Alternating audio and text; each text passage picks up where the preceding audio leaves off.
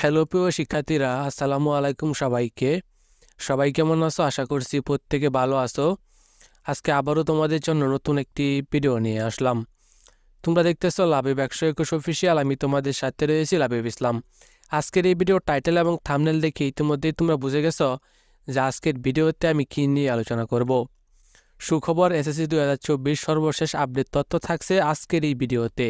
অর্থাৎ কালকে তোমাদের রেজাল্টটা প্রকাশ করে দিবে, তাই আজকের ভিডিওটি খুবই গুরুত্বপূর্ণ, কেউ মিস করবে না, সবাই সম্পূর্ণ দেখো, তাহলে আশা করছি তোমরা অনেক কিছু জানতে পারবে। ভিডিওটা শুরু করব তার আগে তোমাদের কাছে রিকোয়েস্ট, তোমরা যারা এই চ্যানেলটাতে একদমই নতুন রয়েছে, চ্যানেলটাকে সাবস্ক্রাইব করনি, তারা এখনই চ্যানেলটাকে সাবস্ক্রাইব করে নোটিফিকেশন হলে ক্লিক করে দাও। আর যারা আগে থেকেই চ্যানেলটাকে সাবস্ক্রাইব করে রাখছো তাদেরকে অনেক অনেক ধন্যবাদ। তো চলো আজকের ভিডিওর মূল আলোচনায় যাওয়া যাক। এসএসসি পরীক্ষা 2024 পরীক্ষা শেষ হয়েছে, অনেক দিন হয়েছে। এখন তোমাদের আর একটা দিন সময় রয়েছে, অর্থাৎ কালকে তোমাদের রেজাল্টটা প্রকাশ করে দেবে। এই রেজাল্ট নিয়ে কিন্তু অনেকেরই দুশ্চিন্তা। ইতিমধ্যে তোমরা জেনে থাকবে যে তোমাদের রেজাল্ট প্রকাশের সর্বোচ্চ কাজ, যত ধরনের পদক্ষেপ রয়েছে সব কিন্তু সম্পূর্ণ। রেজাল্ট একদম প্রস্তুত, সব কিছু ঠিকঠাক। এখন শুধুমাত্র কালকে 10টার পরে রেজাল্টটা পাবলিশ করে দেবে। তোমরা খুব সহজে অনলাইনের মাধ্যমে দেখতে পারবে এবং কি মোবাইলের মেসেজ অপশনে গিয়ে মেসেজের মাধ্যমেও দেখতে পারবে। এই রেজাল্টটা কিভাবে দেখবে এই বিষয় নিয়ে আমি সন্ধ্যার দিকে একটা ভিডিও দেব, সেখানে দেখে তোমরা খুব সহজেই দেখতে পারবে রেজাল্টটা। তো বিশেষ করে তোমাদের এসএসসি পরীক্ষার রেজাল্ট নিয়ে আমরা যে আপডেট তথ্যগুলো জানতে পারছি, সেখান থেকে আমরা বলবো যে 2024 সালের যে পরীক্ষা হয়েছে এসএসসি পরীক্ষা, সেখানে কিন্তু ছাত্রছাত্রীর সংখ্যা ছিল, অর্থাৎ মোট পরীক্ষার্থীর সংখ্যা 20,70,000 এবং কি মোট 11টি শিক্ষা বোর্ডের অধীনে এই পরীক্ষা হয়েছে। তো সেই ক্ষেত্রে 11টি শিক্ষা বোর্ডেই তাদের রেজাল্ট প্রস্তুত করেছে এবং শিক্ষামন্ত্রীর কাছে রেজাল্ট জমা দিয়েছে। এখন শিক্ষামন্ত্রী প্রধানমন্ত্রীর কাছে দিবে, তারপরে কিন্তু রেজাল্টটা পাবলিশ করে দিবে। তো এই রেজাল্ট নিয়ে আমরা যতটুকু জানতে পারছি, 2024 সালে এসএসসি পরীক্ষার্থীদেরকে সকল ধরনের সুযোগ সুবিধা কিন্তু দেওয়া হচ্ছে। তারা বলছে যে 2024 সালে পাশের হার বাড়বে এবং কি এ প্লাসের সংখ্যাটা অনেক বাড়বে। তবে অনেকে আবার ফেল করেছে, বিশেষ করে গণিতে অনেকেই ফেল করেছে, গণিতে খাতার মধ্যে কিন্তু ফেল করেছে।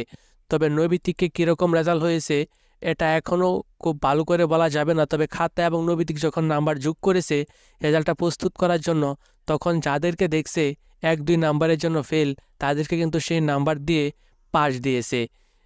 খাতা নৈবিত্তিক যোগ করার সময় কিন্তু পাস দিয়েছে, কিন্তু এমনি নৈবিত্তিকে 1-2 নাম্বার বাড়িয়ে দিয়েছে, এটা কখনোই সম্ভব না। কারণ নৈবিত্তিক খাতা দেখার সময় কিন্তু স্যার নিজেও জানে না যে তুমি নৈবিত্তিকে কত নাম্বার পেতে পারো। অর্থাৎ নৈবিত্তিকটা কিন্তু কম্পিউটারের সাহায্যে দেখা হয়।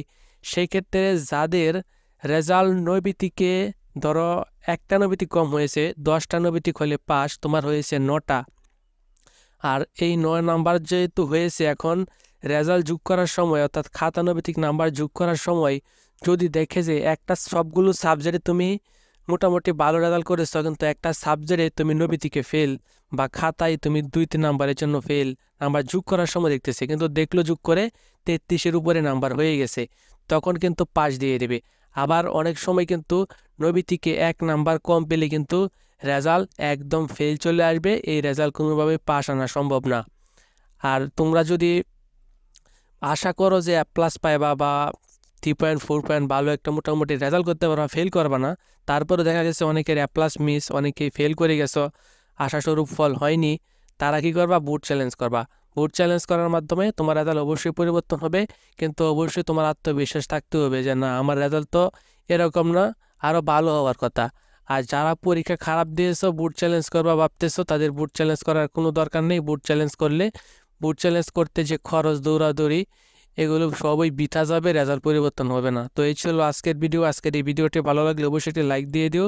চ্যানেলে নতুন হয়ে থাকলে চ্যানেলটিকে সাবস্ক্রাইব করে রাখো। ধন্যবাদ সবাইকে।